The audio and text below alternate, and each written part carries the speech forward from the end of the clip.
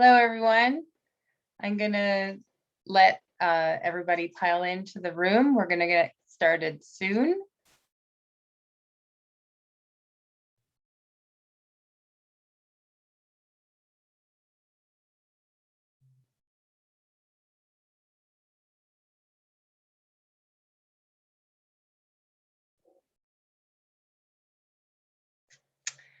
Welcome to today's webinar, 6 Steps to Telling Your Heritage Story.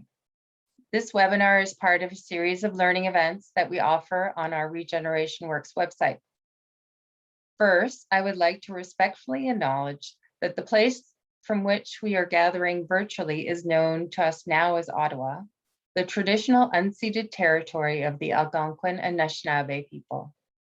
We recognize that our webinar participants live and work on the lands and territories of many Indigenous peoples across Canada, and we encourage you to reflect on the shared human experience of storytelling as placemaking.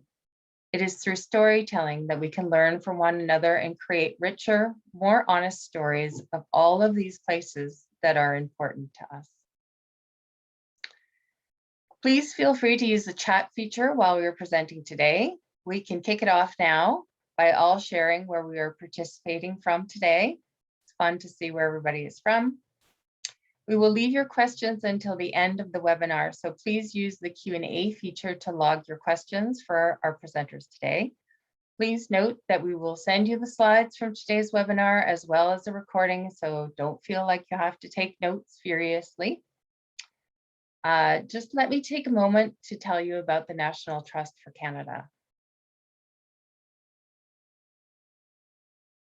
The National Trust for Canada is Canada's national charitable not-for-profit organization that leads and inspires action for places that matter.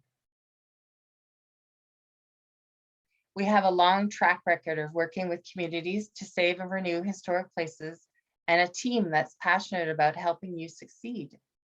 At the National Trust, we are on a mission to bring heritage to life in more ways than one.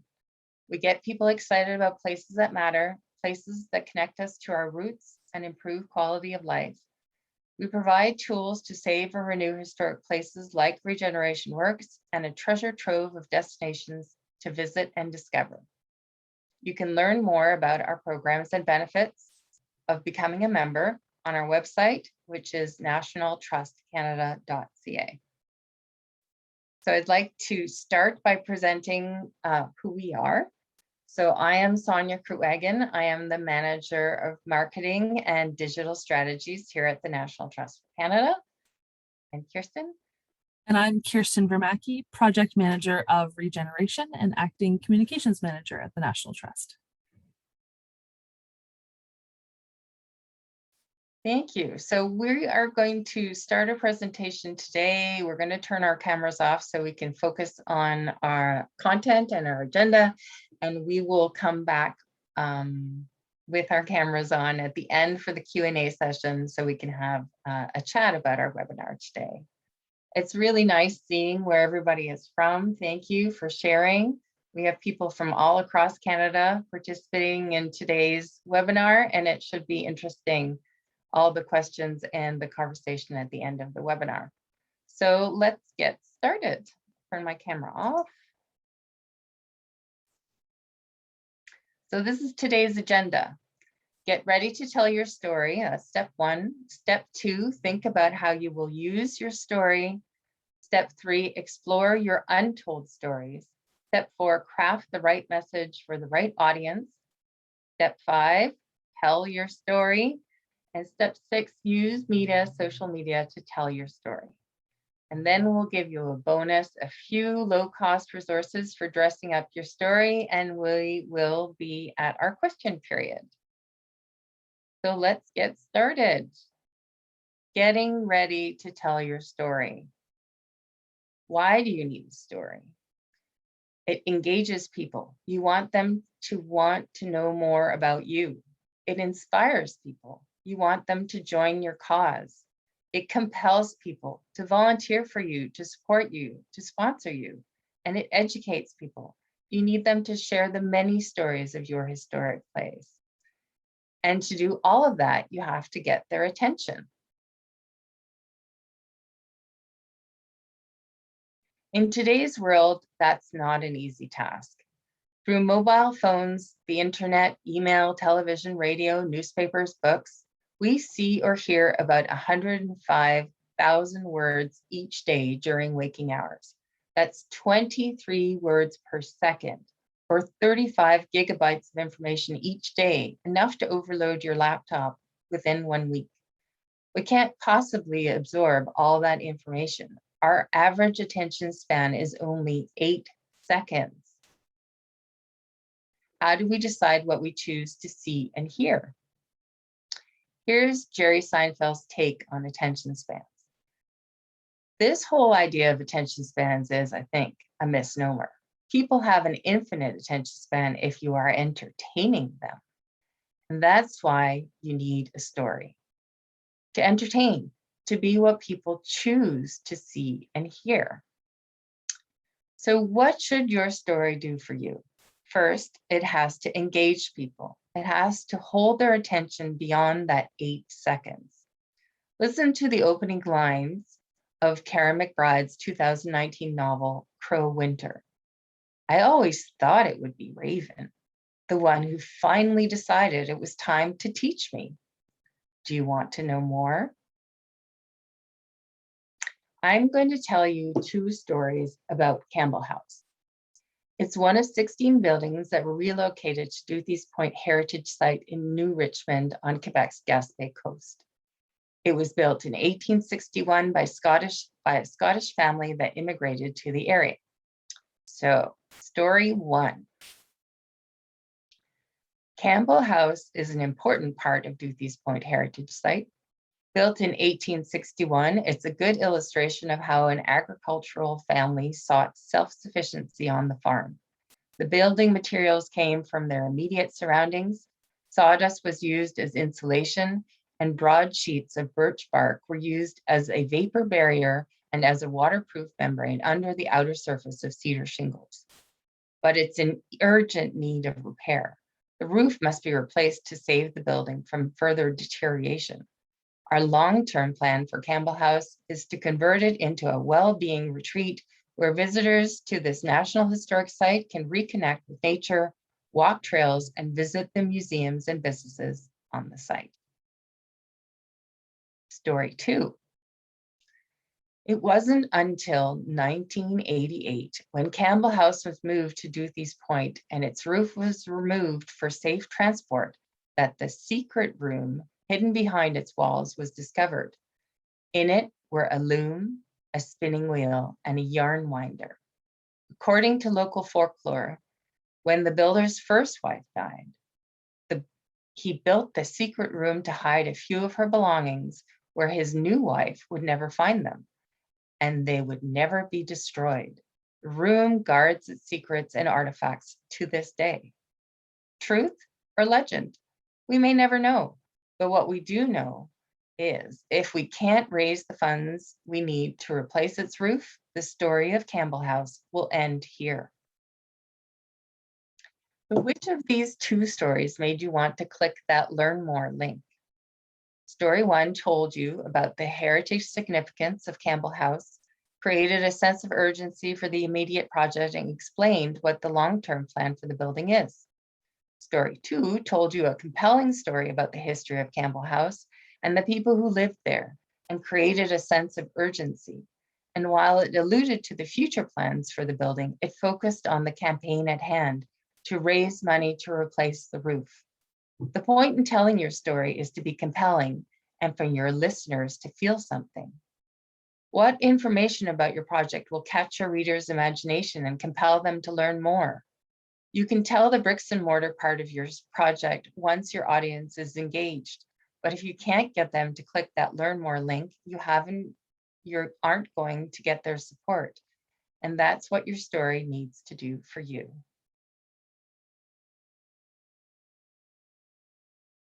So step 2 is think about how you will use your story. Next, think about how you're going to use it.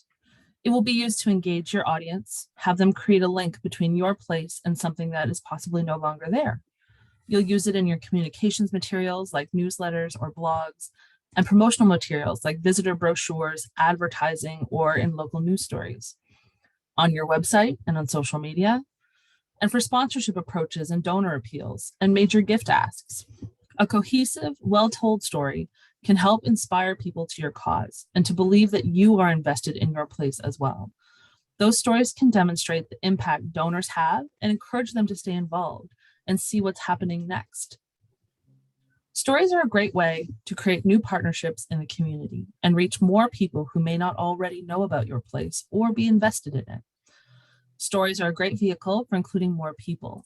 By sharing different or more diverse stories, you will reach a new audience and include more perspectives and people. The push and pull of communications. We can use storytelling to push information about our organization out to people, who we are, what we do, who's involved. But more importantly, we can use storytelling to pull people to us.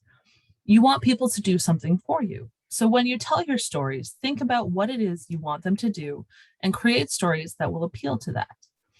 For example, if you want them to donate, you'll tell stories about what your heritage place means to your community, how important it is to preserve or regenerate it, stories that will appeal on an emotional level.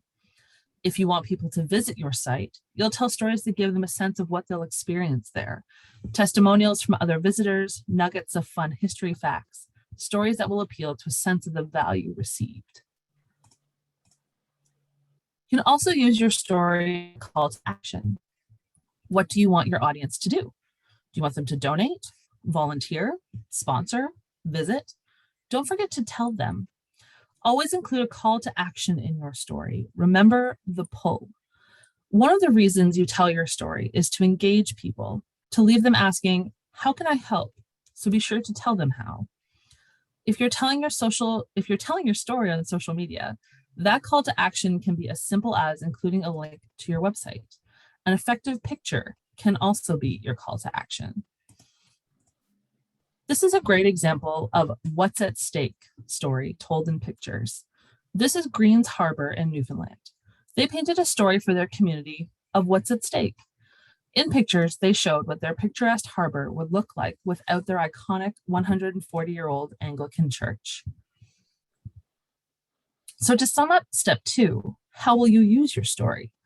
Anytime you tell someone who you are and what you do, you are telling your story.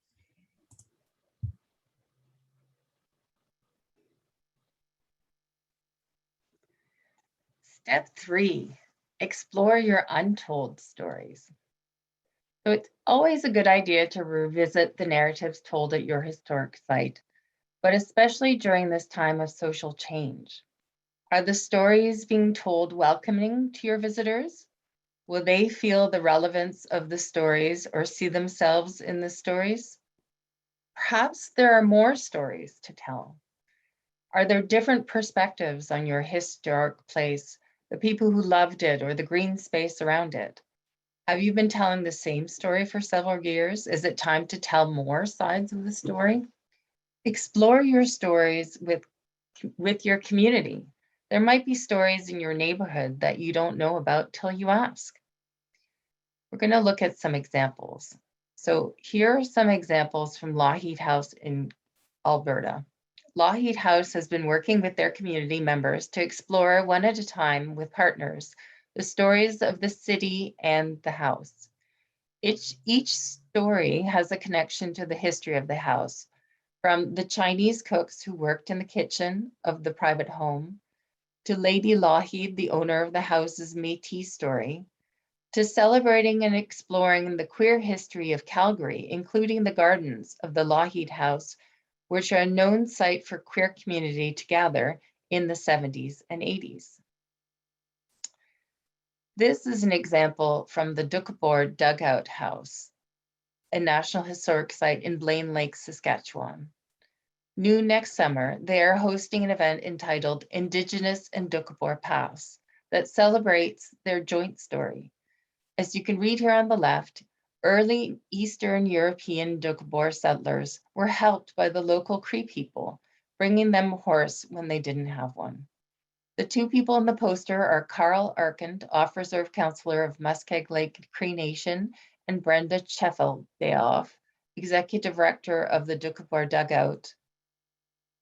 place, and a descendant of a Doukhobor settler who will be sharing their joint stories. Many historic places have untold stories, original stories, interesting and informative stories that require taking a different perspective and asking other people in your community what they know about your historic site or the story of the land or place predating your historic site. Next, we'll talk about now that you've creating the right message for the right audience. So now that you've gotten ready to tell your story, thought about how you will use your story and explored your untold stories, take a minute to explore who will you be telling your story to? Know your audience. Who are you talking to? Are you keeping their interest? Now that you have started examining the story, try to think who you will be telling the story to: friends, family, partners, sponsors, volunteers, school children. Each audience segment or type of person will be inspired by a different part of your story. So think of them and then move the most interesting part of your story for that target audience up front to grab their attention right away. This graph is a result of a study prepared by the National Trust for Historic Preservation in the United States. They researched which audience segments were most likely to be interested in heritage, although they won't self-identify as heritage enthusiasts. Here they are, and I'm going to talk about them clockwise, starting with the top right corner. The young activist, shown in light blue. He is young and energetic, happy to share his passion for community and causes. And increasingly, this person expects places to be inclusive and accessible to all. Next is the green go-getter. Also young, but still older than the young activist, the green go-getter strives to be sustainable in all aspects of life, from living within walking distance of the office to serving on the board of a local farmer's market. Next is the community-conscious parent, the mother or father who is interested in their own local community and how a historic site can create a sense of community in concept and space. Next is the history enthusiast. This could be someone who loves historic reenactments. They know all the historic sites in their neighborhood and love to travel to other historic sites to learn the local history while on vacation. And last but not least is the architecture lover. Not necessarily an architect, but a lover of architecture. Someone who owns a historic home, maybe, and loves going on architecture tours. So try to think of your story being heard by these different perspectives and which part of your story would intrigue them. Which brings us to step 5, tell your story. Be creative, be fearless, and be inclusive. So it's time to tell your story, and heritage places have stories to tell. I think often in the heritage sector, we talk too much about bricks and mortar, the leaking roof, the rotting windows, and not enough about the stories of our places. The bricks and mortar information is important for people to understand our projects, but to engage people, to get and keep their attention, we need to tell the stories of our heritage places. Think outside the box. Think about how you can use humor or drama. Think about that all-important opening sentence. Remember, you need to get past those first 8 seconds, and you're competing with 105,000 words we get thrown at us every day. So some things to think about when telling your story. Who will tell it? Who are your champions and storytellers? In the past, stories were traditionally oral or written, but now we have visual arts to help us bring our stories to life. Think about how you can use pictures and video to tell your story. So who are your storytellers? Some examples would be champions, community leaders, partners, social media friends, and your untold storytellers. Champions. Champions is everyone in your organization. Staff and volunteers are your storytellers. They are ambassadors for your organization in the community. So share your story with them. But you will also want to identify champions who are prepared to take on special roles in telling your story, and they will require additional support and training. They may be your board members, your senior staff, or other people who have a long-standing connection to your organization. Look for opportunities for them to tell your story in the community, perhaps presenting on your behalf to community groups like service clubs or business associations, doing media interviews, or talking to potential major donors and sponsors. They should be people who are comfortable with public speaking. Provide your champions with as much support and training as they need to be comfortable in the role you're asking them to take on. Community leaders, people with good networks or high profile in your community. During our Canada Historic Places Day campaign, mayors, MPs, media personalities, and even social media influencers have been involved in sharing and spreading the word. Public officials are easily accessible on social media, have large numbers of followers, and are almost always willing to help organizations in their community. Reach out to your local politicians and let them know why what you're doing is important, why this will positively impact their community, and why they should help you spread the word. As an example, shown on the slide, Mayor Carl Curtis in Florenceville, Bristol, New Brunswick, was invited by the Shoggomock Railway Museum to take part in their dunk tank event. It was their most successful event for Canada's Historic Places Day, and you can see by the Facebook post that their local tourism group also shared about the event. Partners. Try to reach out to people who can help you tell your story. We know that social media has become a very effective medium to tell a story, but not everyone is familiar with how to use it. Young people are a good source of knowledge in this area, and it's great to involve them in heritage projects. Local schools and colleges are a great place to look for help. You may find that a class will take you on as a project. This is a great source of passionate volunteers with a variety of skill sets. One of our winning projects on This Place Matters recognized very early the importance of social media in a crowdfunding campaign and their lack of expertise in how to use it. They enlisted the members of a local 4-H club who helped them set up their social media accounts and trained them in how to use them effectively. And here's a tweet by one of the National Trust partners, Culture Days. We reach out to them to contribute a story for Canada Historic Places Day, and they promote their work to their own channels.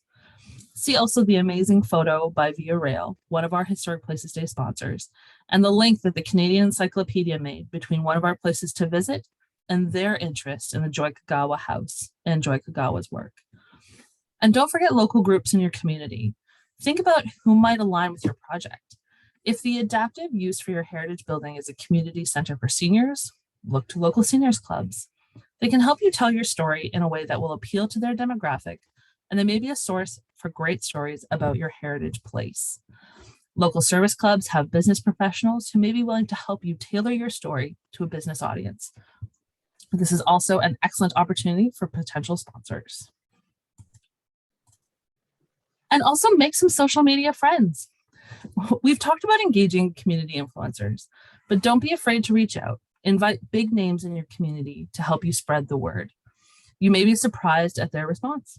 These are two examples of responses from last summer's Canada Historic Places Day. The idea is to attract people who will be able to spread your message. They might be mayors or big personalities, but they also might be people who have gathered a large social media following. These two examples are the Rustic Nomad, who is a travel writer with a blog, and Edward Dodd of the Ontario Heritage Trust, who has many followers. Handles of people who might care about your project and tag them in your tweets. This makes it easy for them to retweet your tweet. And if you make it easy for them, they'll help you spread the word. And a presenter of untold stories. We've been mentioning throughout the webinar the importance of finding untold stories. Depending on where your site is and what the current stories are, this could mean anything. No historic place has only one story. For example, this is Greenbank House in Glasgow, Scotland. This elegant family home, now run by the National Trust for Scotland, has begun to tell a new story, and I'm going to tell it to you now. Last year, the National Trust released a series of studies relating to the history of Black Scots dating back hundreds of years. The project was designed to contribute to a larger historical picture by exploring the specific ways that the transatlantic slave trade is connected to their portfolio of houses, collections, gardens, and estates owned and cared for by the National Trust for Scotland. Other scholarship has delved into the legacy of Africans in the court of James IV, who reigned in the late 15th century. During his reign, Scotland was developing as a center of style and economic influence in Europe. This created a multicultural court as the king surrounded himself with entertainers and advisors from around the world.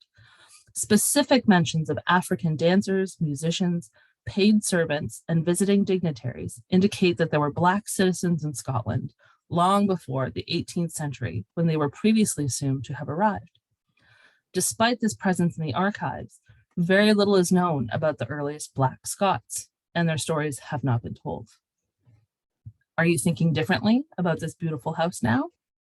How did that make you feel? Most importantly, do you want to know more? I want to emphasize here that examining difficult or complex histories is all part of telling a complete story. It's not always easy to find these stories or to know how to tell them.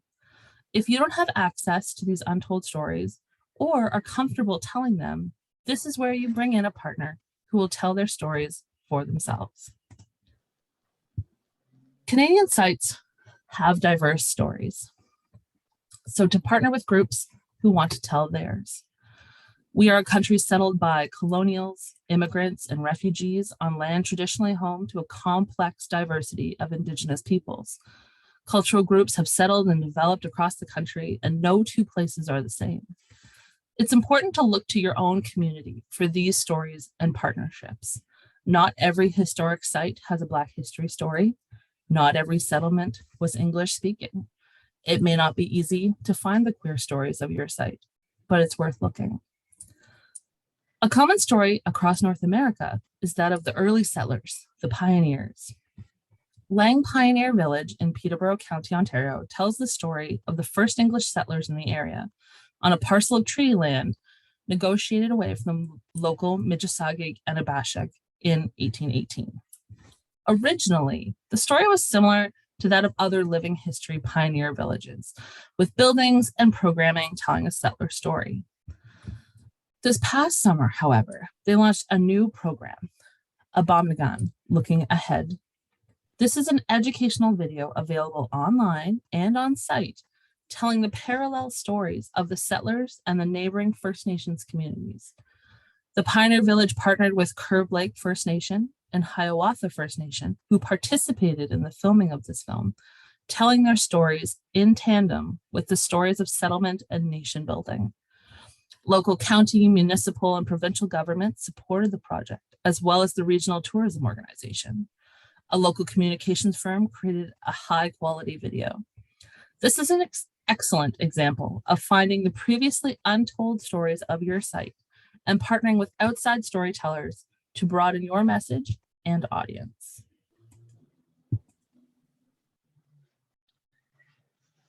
Step 6, tell your story in pictures. So we've been telling the story in pictures, but let's look at some numbers and why it's important. A picture is worth 1,000 words, and our brains are hardwired to process visuals faster than text, 60,000 times faster. Tweets with images are more effective than tweets without. Average length of a visit to a website is 15 seconds. So think about what you can do in those 15 seconds to engage your visitor in your story. You can see what important tools, photos, and videos can be. So spark dialogue, build connections with people, and create emotions. Choose photos that feature people, preferably people doing things, and photos that appeal to our natural sense of curiosity. This photo is from Métis Crossing in Smoky Lake, Alberta. Aren't you curious what they're doing and hope to be part of it? There is so much story captured in these actions, your audience will be compelled to find out more. Next, this is a picture of the Fairyland Lighthouse in Fairyland, Newfoundland. Two sisters returned to Newfoundland after years of working abroad to launch a lighthouse picnics as a small business at this lighthouse. This photo will not only tempt your audience with its beauty, but also notice the person in the photograph. People increase our interest in photos. What is the story of that person and what are they thinking? It's a great introductory photo. Other photos will show what's on offer inside the building, but this photo grabs your attention and leaves you wanting more. So also you can tell it in video. Of course, a very captivating way to tell your story is videos, because really anybody can make them. We know website visitors spend longer on pages with videos. We know that people are moved to action by videos. Just using the word video in an email subject line boosts open and click-through rates. So why not use videos to tell your story? You can post them to your website and use them in your social media campaign. But when making your video, keep in mind that you should keep it short. People have short attention spans, even for videos. Less than 60 seconds in length is ideal. Keep it focused. Map out your storyline and include the key points you need to convey. What is your organization about? What is your project? How will they impact your community? And why should people care? And always remember to include a clear call to action. If the video has done its job and left your viewer asking, how can I help? Be sure to tell them. Ask for their support.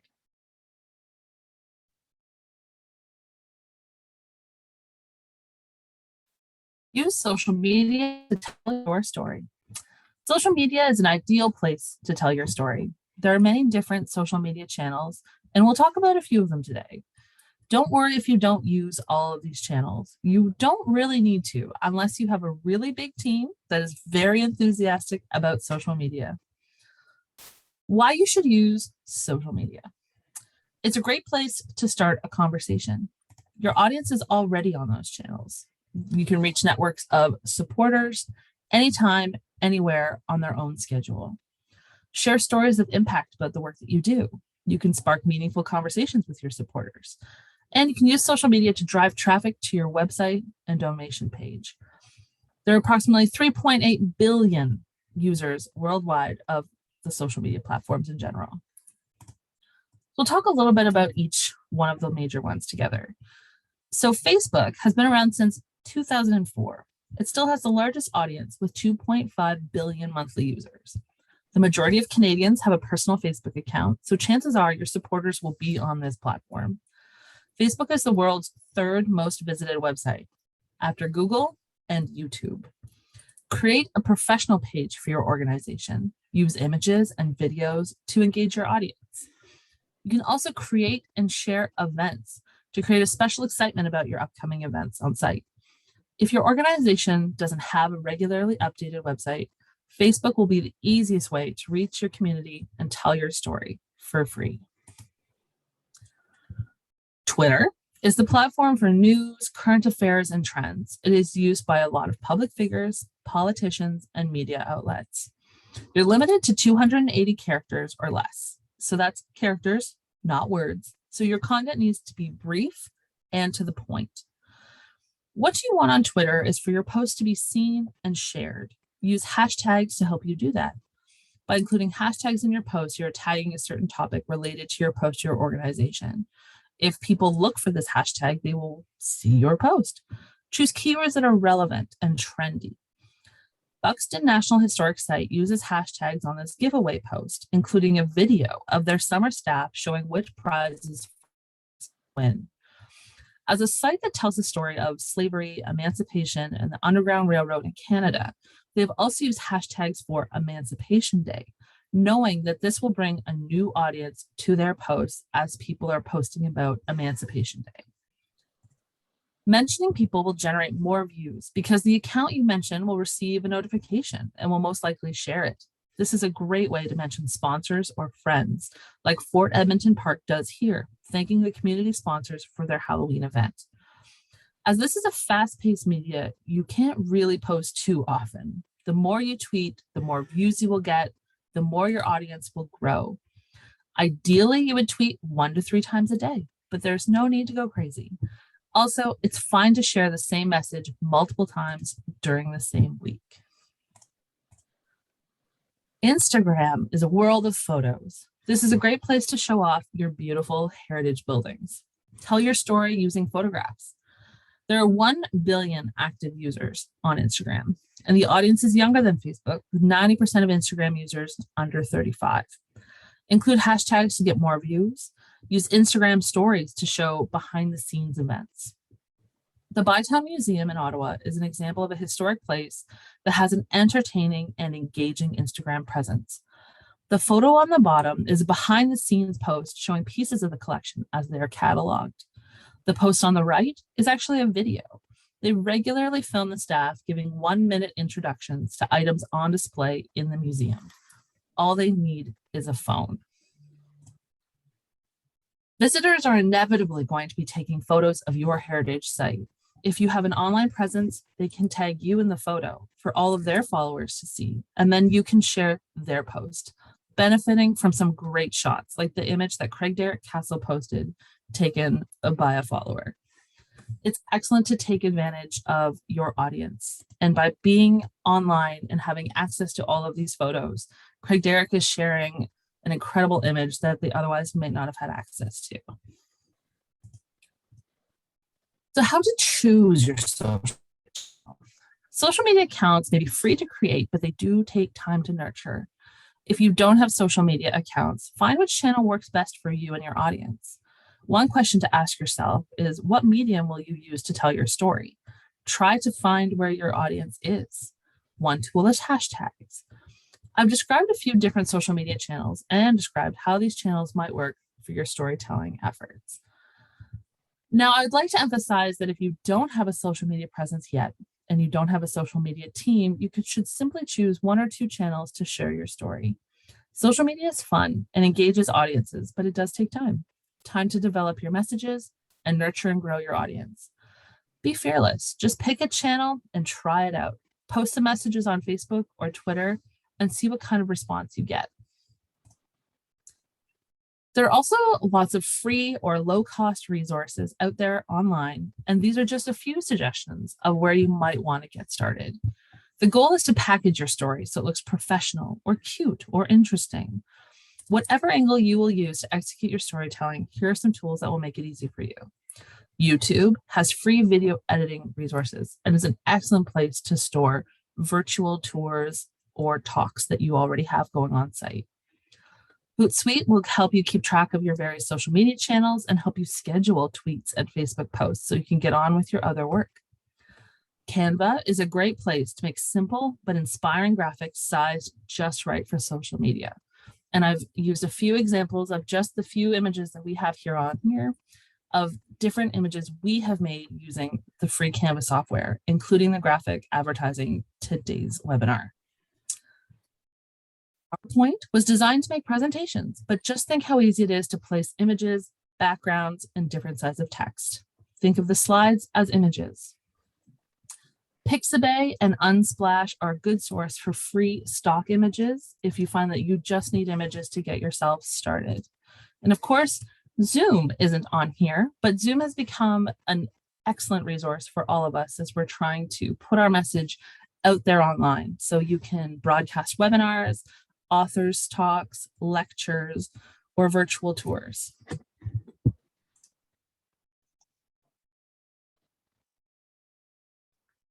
That was great. So now we're reached the time for questions. We're interested in knowing what questions you have during the presentation, and please type them into the Q&A box and we'll get started answering those questions and having the conversation. So while you go ahead and type those in, I'm going to take a few minutes to tell you a little bit about Regeneration Works. So Regeneration Works is a one-stop shop for tools, training, and coaching opportunities to help you improve the vitality of your heritage place. This program is designed to help passionate and dedicated people like you, volunteers, advocates, organizational staff, working hard on the ground to save and renew heritage places. We know that finding funding and coming up with new ways to generate revenue is often the key challenge facing volunteers and organizations working to keep a heritage place alive. And that's why we have tools to help you improve your bottom line.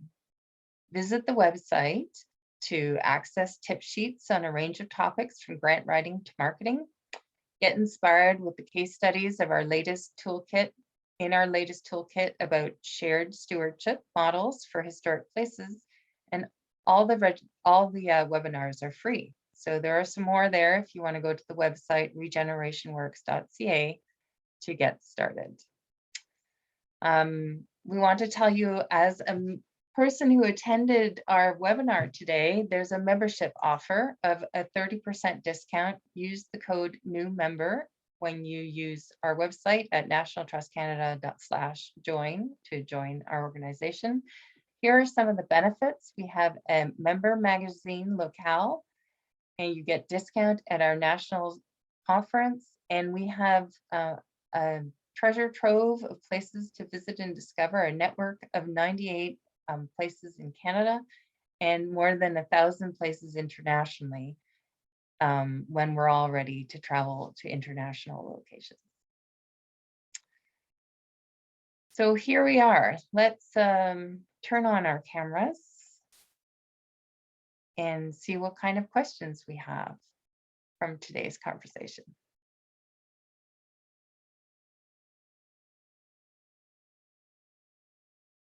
It's an interesting question. There's somebody who asked, what are other methods, approaches that can be used to tell the story of a person versus a historic place?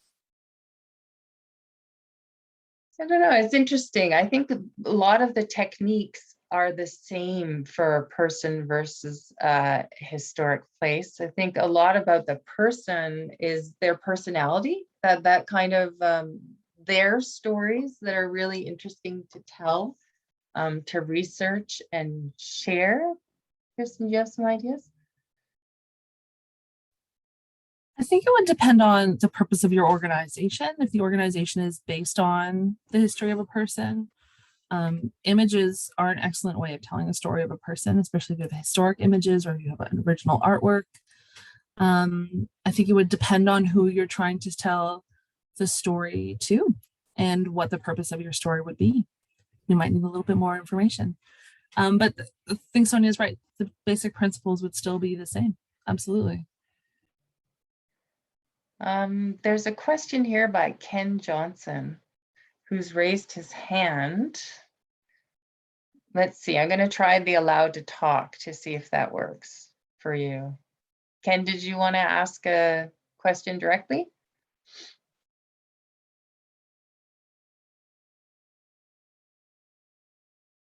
Okay, I wasn't quite sure how that would work. There's another question here by Sherry.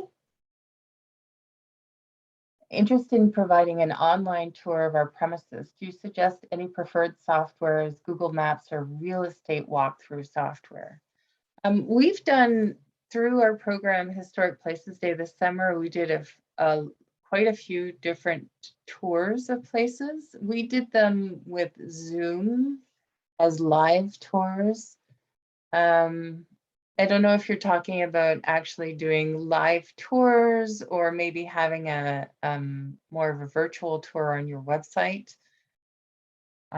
There's a company called Matterport that I've seen a lot of different heritage places use for those kinds of online tours. I think a little bit of what we learned this summer with virtual tours is that it's okay to keep it very casual, that it's a sort of a online conversation. We use Zoom as a way to be able to record it and then share it to have more people see the tour later on. That was sort of an important learning for us, to put it on YouTube, and so more people know about your historic place.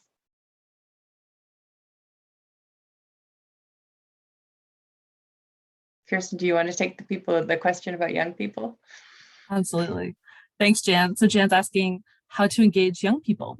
Most people interested seem to be older and not particularly social media users.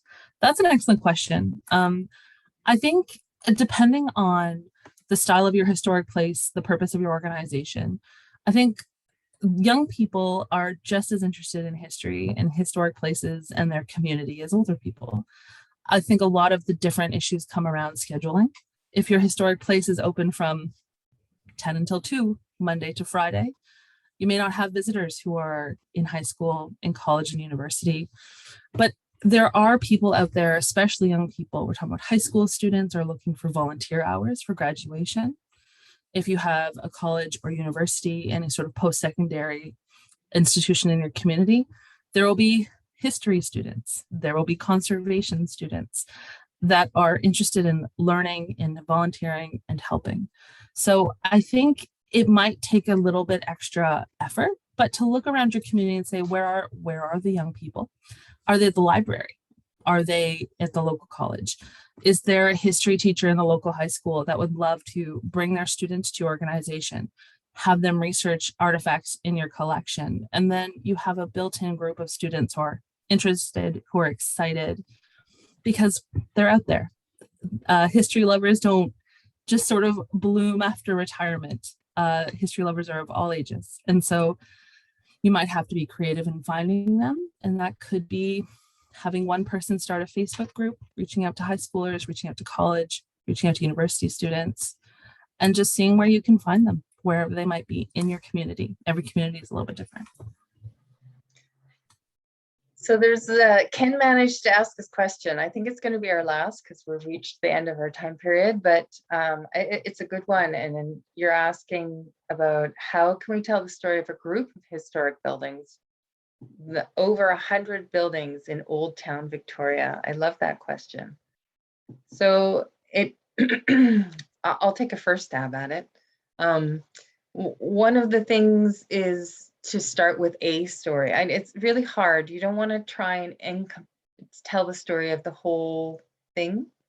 I guess it kind of depends on your communication strategy, but I find it easier to choose a story and then to create a second story and a third story, depending on who you're telling the story to. I think and then the untold stories, but it's really good to take a stab to get going, to tell a story and then proceed from there. Take a bite. What do you think, Kirsten?